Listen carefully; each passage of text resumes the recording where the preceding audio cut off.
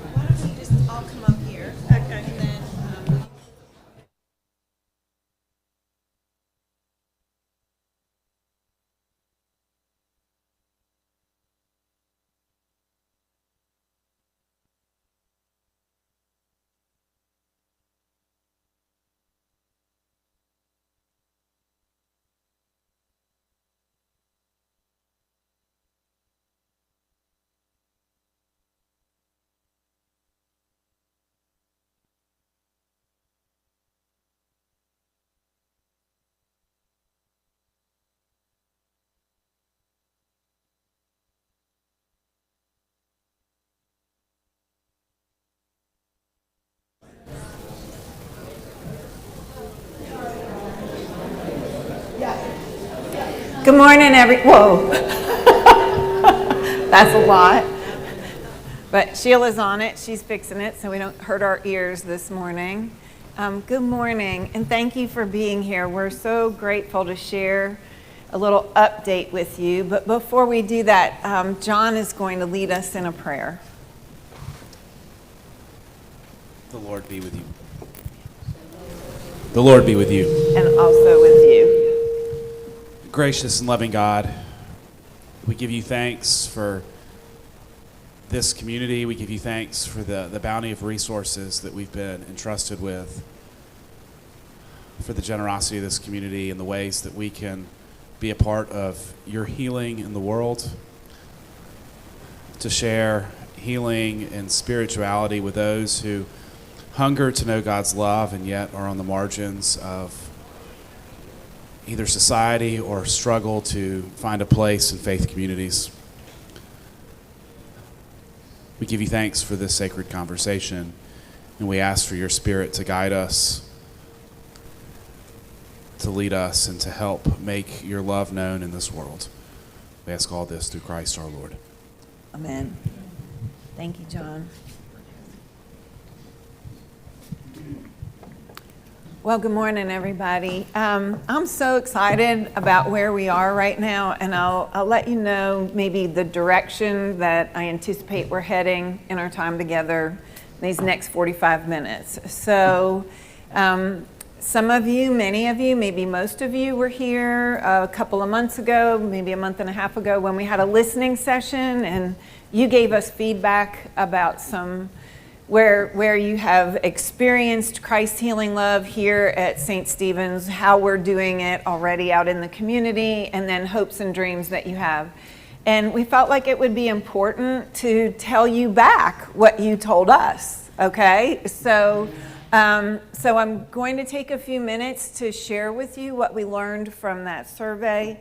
I also want you to know that, that there is an advisory team that's been helping with this beginning point, and I want to remind all of us we're at a very beginning place of what our hopes and dreams are for a center around spirituality and wholeness. And so this advisory committee has met a couple of times as a group, but also has been helpful where John or I would reach out to someone in particular for some feedback and some guidance. And so I think, and we also want to hear back from you today as we share where we are, any questions that you have, any excitements, any wondering. We have a name for this dream. And so we're going to share with you the name for the dream as well. Oh, I need the clicker. Excuse me.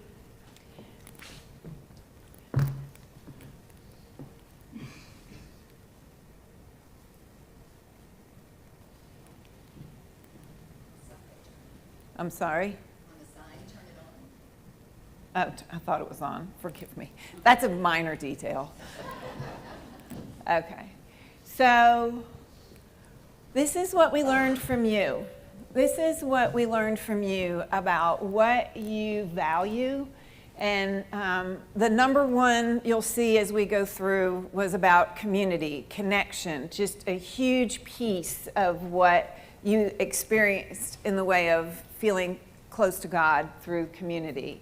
Also that there's the caring for one another, I would think of more like pastoral care, so caring for someone who's in crisis. It's a way to connect, but it's just a specific subset of that.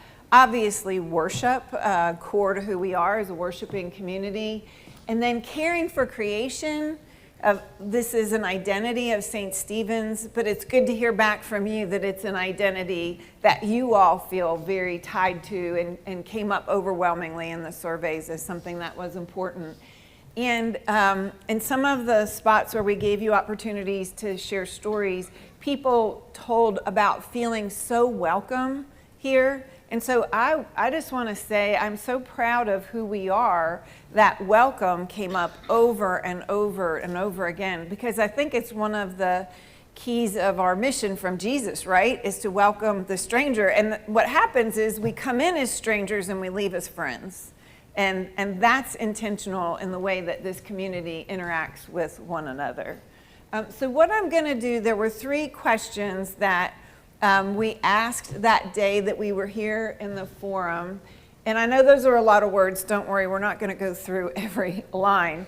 But what I wanted to point out is that the first question that we asked is share a personal experience at St. Stephen's that contributed to your well-being. And so you'll see we tried to categorize them. There are more categories than that. Like there were a lot of one-off kind of things, and it's not that they're unimportant. We just didn't feel like I needed to feed all of those back. But what you'll see is that, again, community, pastoral care, worship, welcome, hospitality, education, that these experiences of that in your life here at St. Stephen's helped to nurture for you a sense of well-being and wholeness, okay? And then if you look on the other side, it was more of a systemic question. Where are we doing this? And it's just a little interesting to me that our personal experience isn't exactly the same as how we think we're doing it out in the community. But I think that makes sense, right? Like but still creating community and connection, mental health and loneliness, addressing mental health and loneliness, and creation care, hospitality. These are things we're proud of that we're already doing to create well-being and wholeness in the community. And the reason we asked that question in particular is because we wanted to know what's our starting point. If we want to create a center for spirituality and wholeness, how are we doing this already, right? And then the next question is about what are our dreams? And so there were so many dreams that you shared about how you would like for us to grow in the way that we would support well-being in the community and in the parish itself. And so there are 3 major categories that I put them under. And the first, again, you just keep hearing me say community, don't you? Community, community, community. It's just really important within the realm of all this. And so the number one overwhelming response to what are our dreams for expanding our mission around well-being and wholeness in the community was to provide opportunities for community. And a lot of it had to do with how can we have some specific small groups that meet over different issues. How can we address the loneliness epidemic and give people a connection point to come together in ways that are, it's hard if you're in a sense of loneliness. How do I make it over the threshold into being in community, to being with other people? And there were ideas around St. John's in particular across the street, make it a coffee shop, a place where you have a break from technology, a bookstore, all kinds of fun things like that, and a safe space to exchange ideas. And so I just want to take a step back and say, when we're thinking about what our dreams might be for this Center for Spirituality and Wholeness, some of it has to do with a physical space where we're so blessed to have this beautiful building at our, for us to use to create opportunity for people to come together besides this beautiful building. And so some of it is, yes, about the physical space of St. John's, but it's also about something greater than that, about a way of us being as a parish, as a worshiping community. And it's for more than just folks who attend St. Stephen's, but also for people. And one of the questions I'll have for you a little bit later is, who is our community? But for who do we want to reach beyond where we are right here as a parish? So it would be beyond just those of us who claim St. Stephen's as our faith home. A lot, I don't know if I said this already, but a lot came up about mental health and loneliness. And I know I said loneliness, but also the possibility around addressing some mental health issues. The second category is around spirituality and interfaith. And there were a lot of ideas about how could we incorporate our neighbors, particularly our Jewish neighbors down the street, and to be doing things in connection and collaboration with them. How can we be a place for people to come who perhaps have no faith that they claim at all, but still are yearning for some deeper connection with some level of spirituality? And so you can see some of the ideas that came around that. And then the third category, and backing up, I think one of the things I want to say, there's so many of these kinds of things we're already doing in certain ways at St. Stephen's. It's not like, oh, this is all brand new, right? Like, of course we're doing some of these things already, but we're more intentionally claiming how we're going to be doing these. We're going to be more strategic about how we're doing some of these things and what we choose to do and what we choose not to do. So we have community, spirituality, and then the last one, we're calling it imagination. You might think of creativity. You might think of the arts. It's a place where there's this desire for us to use St. John's in this new initiative as a way for us to open up our hearts and experience God beyond, into the realm of painting and storytelling and poetry and writing and so many other ways that God speaks to us through imagination, through the arts. And it's a beautiful spot to perhaps do some art and photo exhibits, as we've done here as well. So before I move on, what questions do you have? Do you have any questions about the process, about what you're seeing? Any questions for me that you want to ask?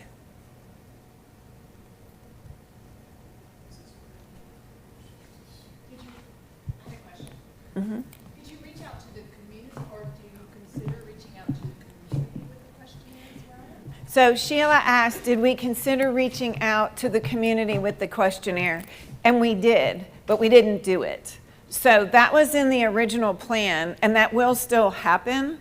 But what we realized is we didn't even know how we were defining community yet as part of it. So yes, but there will be. And some of the help that we need from you all is to help us connect with aspects of the community, people who would never come to worship here, who are close by, who might be interested in something like this.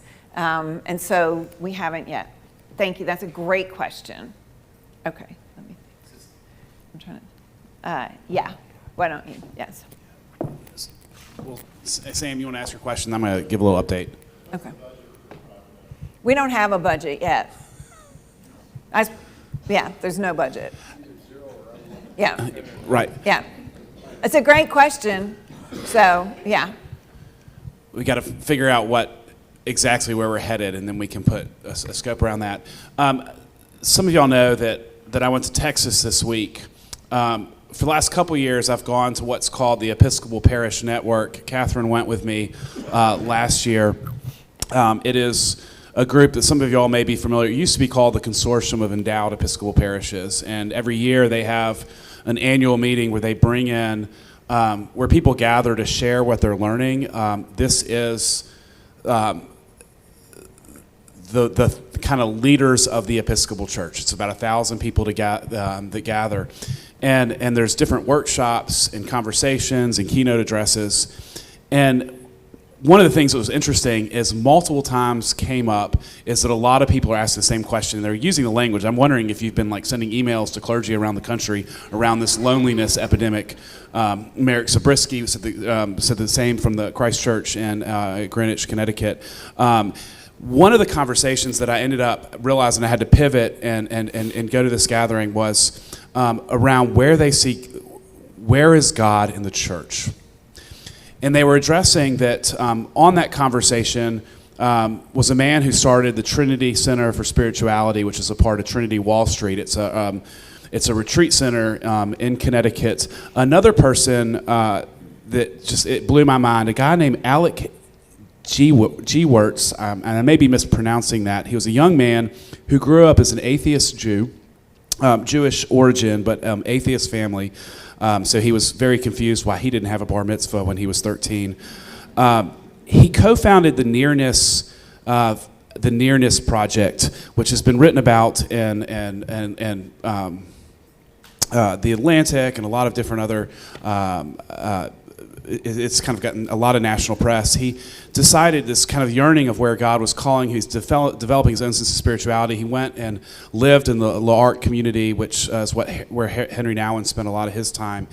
And so he has created this international group that connects people that are yearning for spirituality and have no connection to faith communities or any kind of specific faith. What he found, and so he's a practicer of it too, and there's thousands of people that have gone through this project, and they meet monthly with facilitated conversations.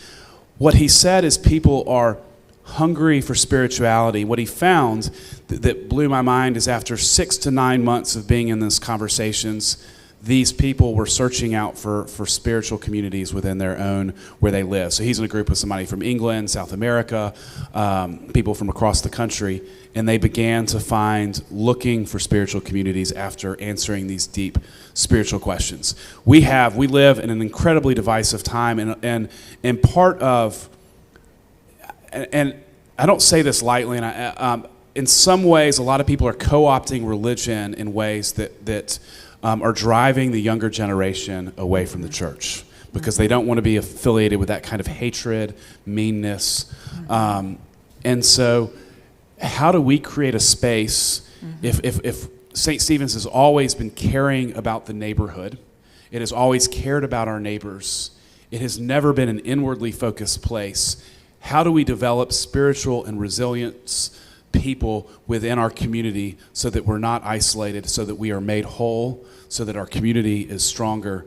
And I guess my mind was blown that this conversation is happening all over the country, and I'll be happy to kind of connect y'all with some of those resources afterwards. But I just wanted to share that this conversation is happening right now all over the place, and what we're trying to do is to make our community stronger, more resilient, more whole, because all of us know that our lives are being transformed by Jesus Christ to be more loving and more compassionate. How can we create space for other people to be touched by God and have their hearts transformed? and maybe do it in ways that are less threatening, and can reach people that maybe would not traditionally walk through the doors of a church. Thank you, John. This morning I sent an email to John and Catherine early, and I want to thank Catherine Owens, who's over here. I should have introduced Catherine at the beginning. She is the chair of this unfunded big dream. That's what we'll call it, the unfunded big dream. Okay. But you know what? We are really faithful people. So look at what happened last night with the youth and that thing. I mean, that was amazing. And thank you, Keith Cromwell. You did a great job last night. But my husband, Malcolm, who's driving back from Clemson right now, his dad was a beloved Baptist pastor in Alabama forever. And his last call was at First Baptist Gardendale. And I say it's before it took the hard right turn and put up the big cross. But he had a particular ministry that he was so good at. He noticed that many of his parishioners, mostly women, their spouses didn't come to church with them. And there was often a reason why. Maybe hurt by the church, maybe ashamed of an addiction, lots of different reasons why. But he made it a point to befriend these mostly men outside of church, because they weren't coming to church, and just get to know them. And it wasn't with this idea like, I'm going to make you come, I'm going to be so nice you're going to want to come to my church. But it was with a heart that I want you to experience what Christ's grace feels like. And this feels like an extension of that. It's like, yes, if they come, how beautiful if they come here or somewhere else and develop a relationship with a faith community, those who choose to be a part of this endeavor. That's fabulous. If they come home here, we're glad to welcome them in. But if all they experience is the grace and love of Christ by the way that we embrace and offer and invite, I think that's a win, don't you?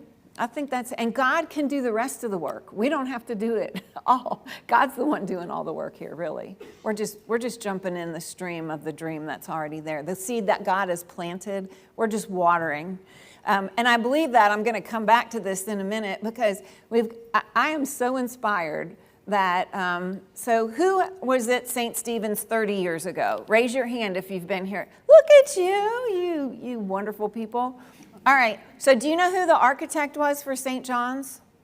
Catherine Owens, who's right over there. So she put away the architect tools, whatever they're called, I don't know. And in her retirement, what is she doing? She's the architect of this new dream. Isn't that amazing? Like, if I were to believe in a God, I would be amazed by that. It's pretty cool.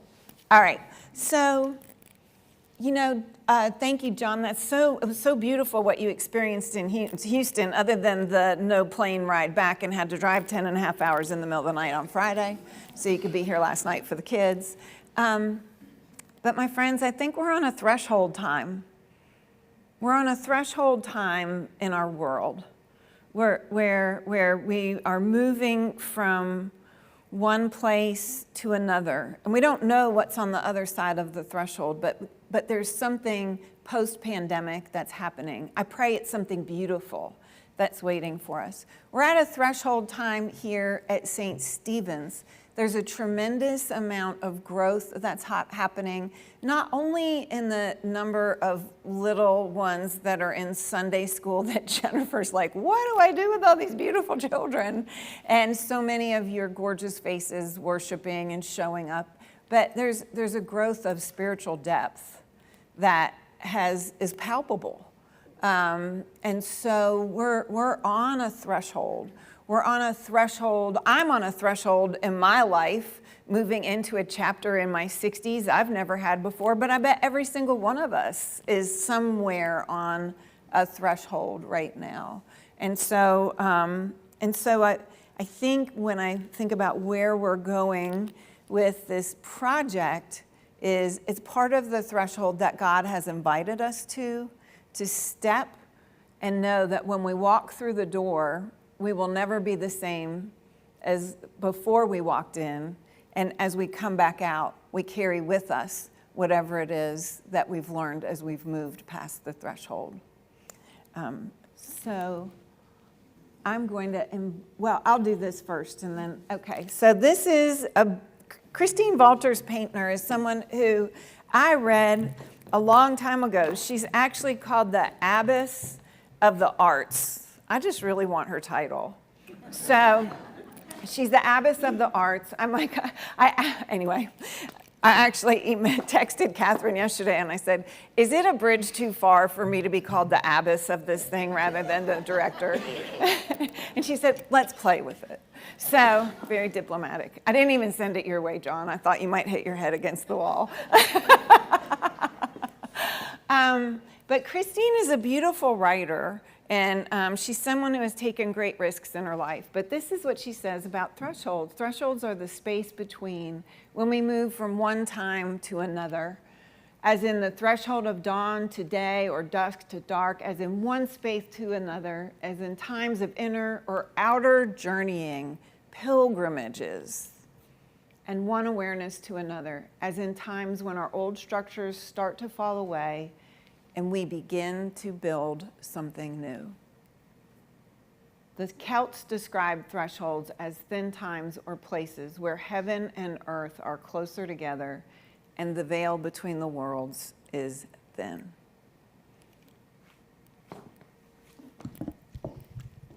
So You want I me get to? the privilege. Oh, we have to turn it.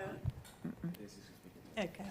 So I get the privilege of announcing where we are with the naming of the center. And it will change, or could possibly change. Do you want to?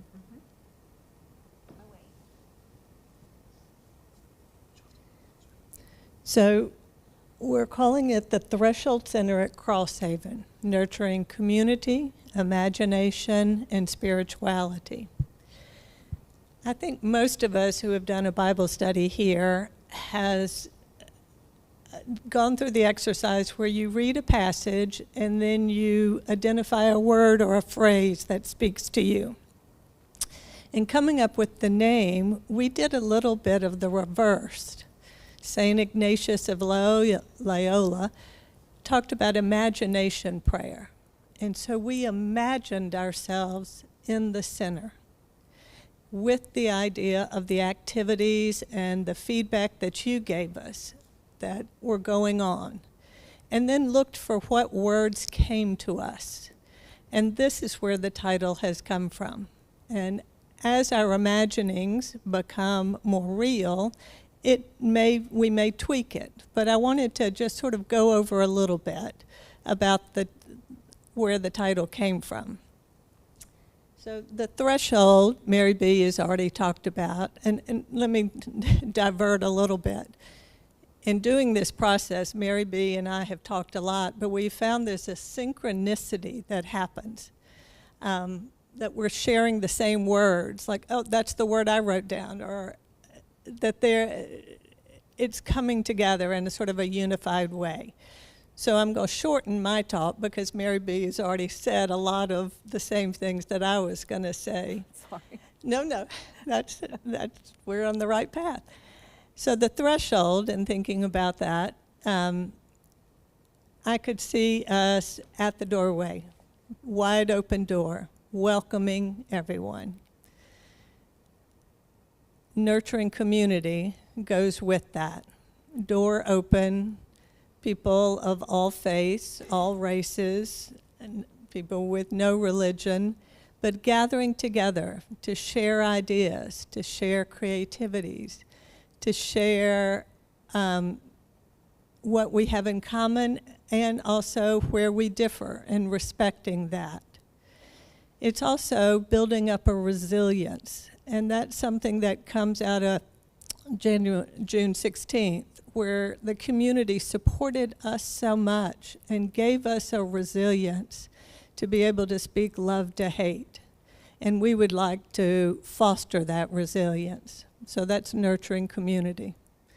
Nurturing imagination was a harder one, as we imagined the arts happening in this building, storytelling, exhibits, music going on. And it's like, Well, it's the arts. And then it's like, no, we're not an art center. Well, maybe we're nurturing beauty, and that seemed a little too ambiguous. And then we thought creativity, and that was getting closer. But again, we weren't offering necessarily classes. It was broader than that. And then we came up with imagination came to us. It's really the heart of creativity and a way of allowing us to share our creativity with others, but also allowing others to inhabit the space of those who were sharing their art. And that seemed to fit. And so that was nurturing imagination. And then nurturing spirituality, I have to admit, with Mary B. as the director or abbess or whatever title we're going to find for her. Change it, won't tell me. Well, and after after her sermon, coach seems to fit too. I knew she was leading this, so I'm afraid my imaginings weren't as full because I was just following Mary B. And I knew that we were going to be in the right path, that we were going to find those liminal spaces, which is a term that also talks about thin spaces where we feel the presence of God. And just a circular synchronicity, liminal is, the root word is limen. I'm not sure if I'm pronouncing it correctly, but it's a Latin word which means threshold. So again, we kept coming back to threshold, having so many multiple meanings that it was helpful for us. And then one last thing, if y'all will indulge me, and Mary B. doesn't know I'm doing this. I've been reading Christine Paintner during Lent as part of my sort of Lenten study. And in one of the things she says at the end of each chapter is go take a walk. And a walk where you don't know where you're going. You're not counting your steps. You're not measuring your heart rate. You're just walking and with an open heart to what's around you. And look for what shimmers. And when I first read that word, it was like, shimmers? What am I looking for? And then the very next day, I woke up early, way too early, went to the kitchen, getting water for my coffee, and there was that last full moon of winter. And I thought, well, that's definitely shimmering. I mean, and so much so that I'm outside in my nightgown looking at this full moon, and it's like, okay, well, I get that. That's obvious. And then the next day, I'm outside doing yard work, and I have this huge magnolia tree right by the street.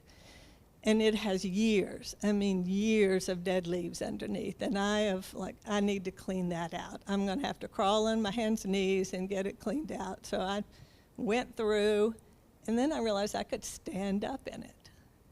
And it was all of a sudden I was taken back to my childhood. And it was, this is a perfect Heidi fort. People at the street can't see me. And I thought, oh, they're shimmering again. This is what it is. It's the daily thresholds that we come across, that all of a sudden we're out of our ordinary day-to-day routine and we're transported to somewhere else. So anyway, I just wanted to share that because, again, that word threshold keeps coming up.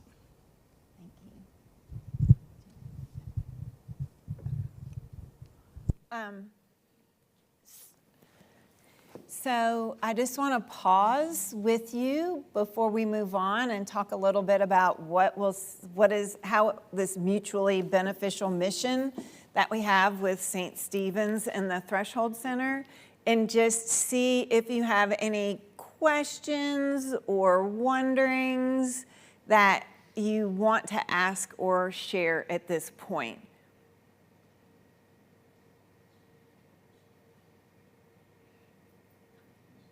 How do you like the name, the Threshold Center at Crosshaven? You good?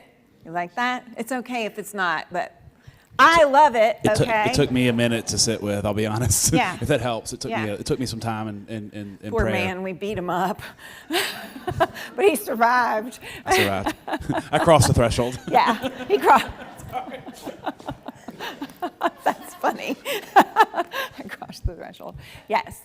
Yes, Kate. Oh, let me get a microphone for you. Well, they can't hear online. That's why we do that. So they're just in a kind of left out of the conversation. Okay. Thank you.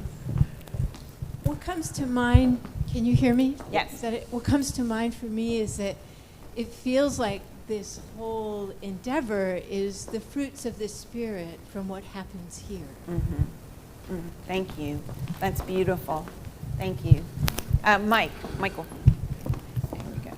I'll meet you here.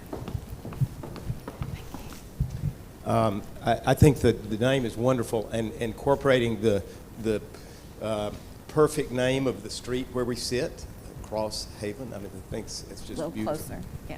Is it on? Okay. Okay. The question I had was, what are the thoughts about staffing? Or will this be a function of St. Stephen's staff? Will we hire additional staff? That's just a question that comes to mind. Yeah, that's a great question. So right now, I am the staff. And then all you wonderful people who are going to volunteer and help and be involved. So, and you're already doing that. But, you know, so we'll just take it one step at a time. St. Stephen's is generous. John is, I think, very brave to hire me and to say, okay, you know, we have this shared dream. We'll pay for your salary. It's great you're 3/4 time. And now with Sally coming, Sally Herring, who I have to say is a phenomenal priest. Okay, so the new priest associate coming, it gives me more energy to focus not only on this, Mike, but primarily on this. I'll still be helping with pastoral care and preaching. And some of the teaching that I'll be doing and others will be doing, well, we may start doing them over there. And we're not going to, CARES will continue to be over there, the Memory Care Respite Program.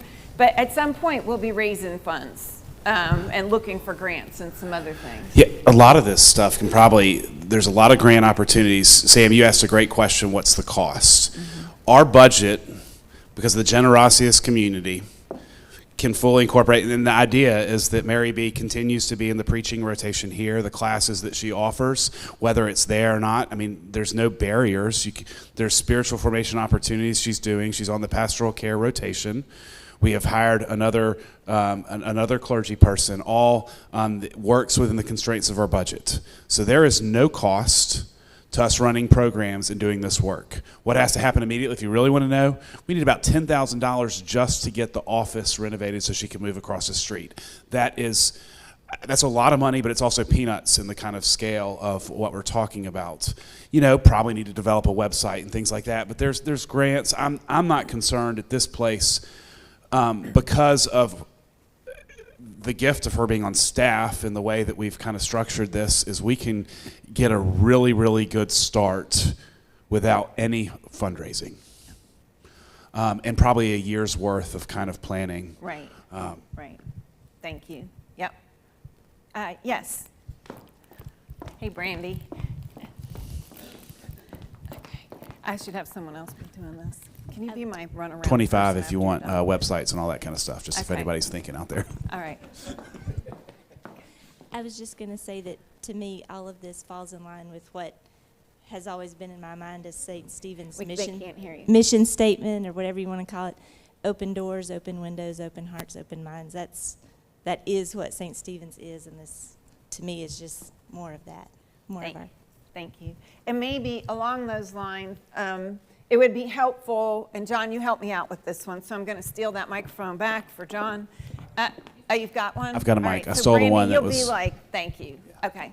So we wanted, you know, this is a baby dream, like in that it's in its little infancy stage. So it's going to keep changing. It probably changed pretty rapidly, like kids do when they first come along, and then after it gets like us, like me, not us, it changes a little slower.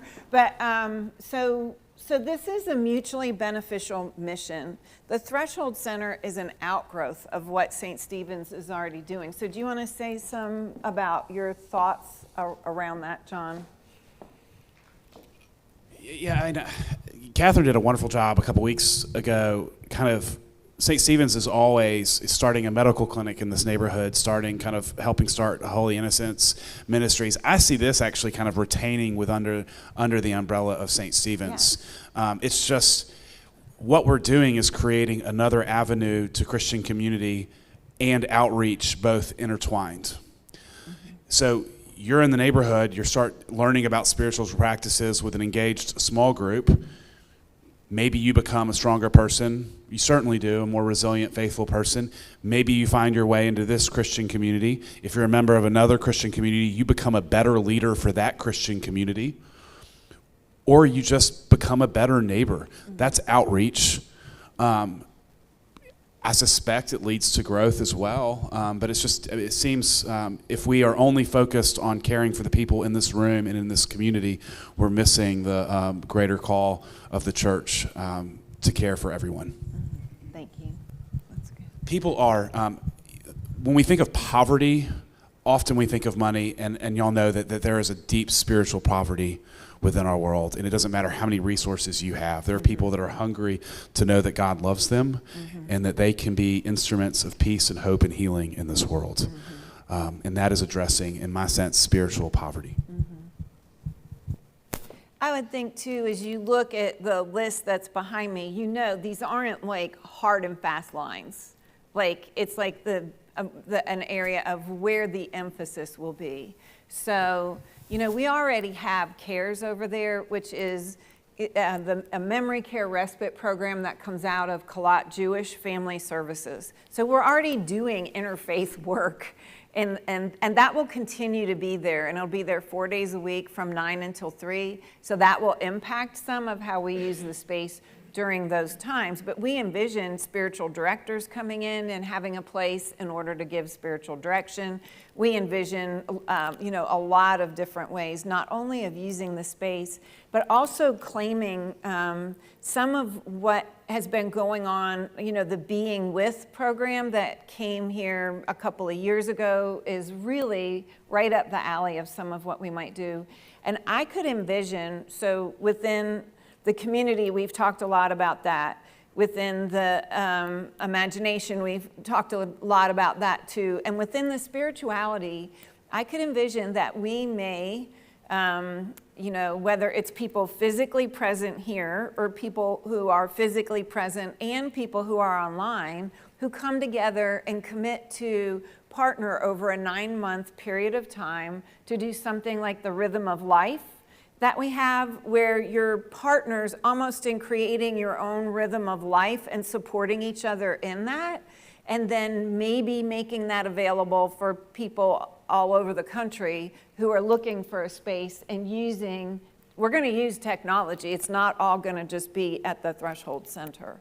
But there's a lot that, especially that we could do physically here with the labyrinth, with the beautiful grounds that you have so lovingly cared for, and also lots we can do outside of the limitations of physical space. So, behold, I am doing a new thing, Isaiah. So this is, the beginning was a long time ago. This is just another step in the new thing that God is creating. And I just want to say how important it is to hear from you all. In a big environment, big group environment, it's not always easy to do, but I want to say that I really would love to hear from you or sit down and meet with you to learn about what you're excited about, what you're worried about, what you're wondering about, because there's no doubt that this seed wasn't just planted in one person's heart or two persons' heart. It was planted in a lot of hearts, and so we're all in this thing together for sure. We're like one big garden, I guess. So I don't know how much time. We're right at 11. We good? I'm going to take another minute. So when you think about, for you, as we're trying to define who is our community, what comes to mind for you? Who is our community? Can I have that, please? It's far for Brandy to go. I'll get this side, Brandy. You get that? Okay. Thank you. Mary B., John, Catherine, thank you for all your work on this. This is an innovative idea. Mary B., the word that resonates with me is threshold, the time for change. We are on a threshold right now with this project. Other things are changing in our country. Our politics are changing. We have faced a pandemic and come out the other side. Lots of things are changing. Let's change one more thing. Let's try to make this a project that does good in our community, does good.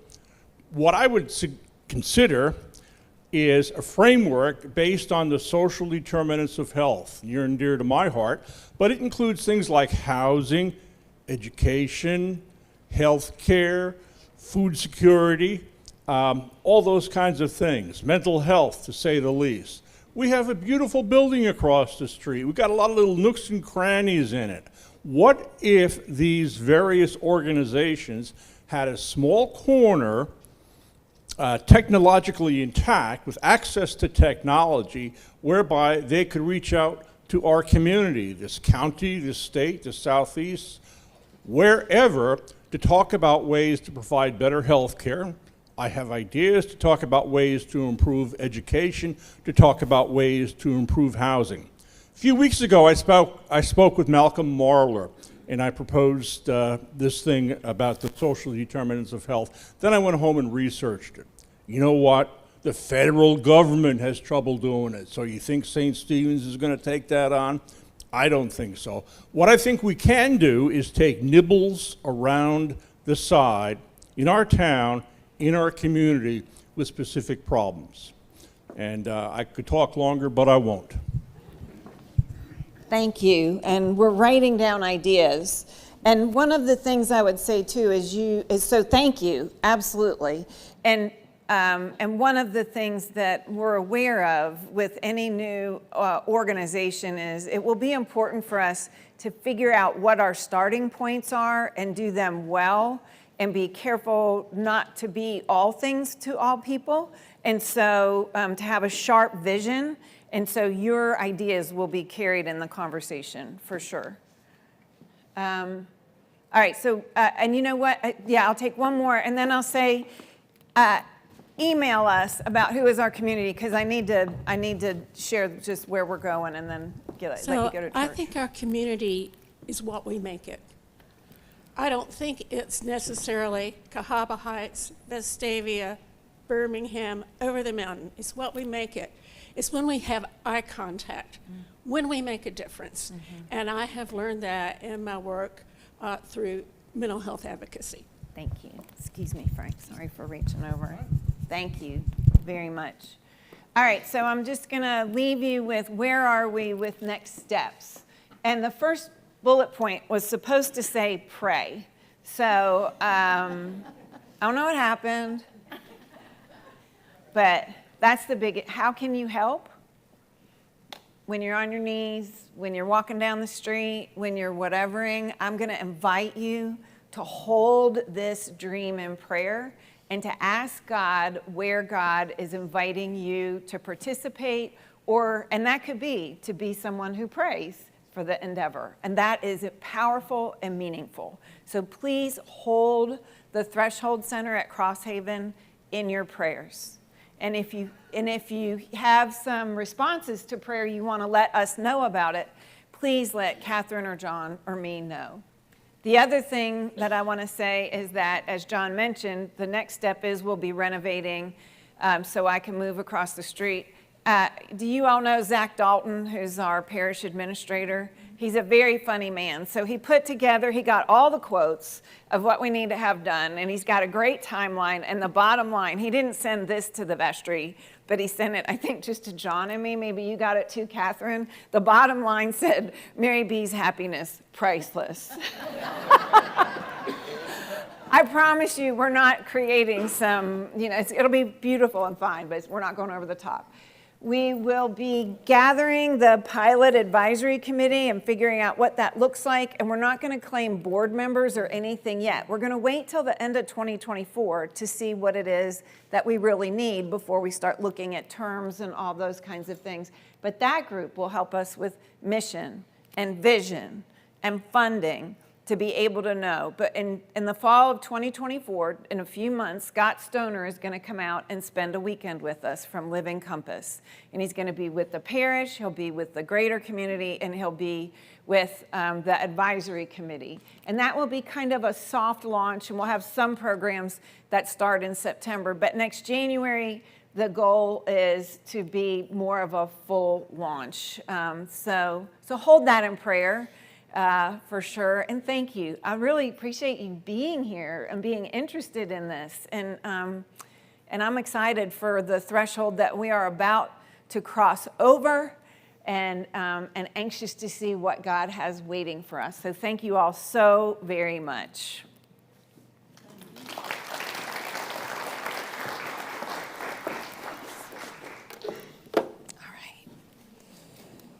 Round 3 for you, round 2 for me. Yeah, I know.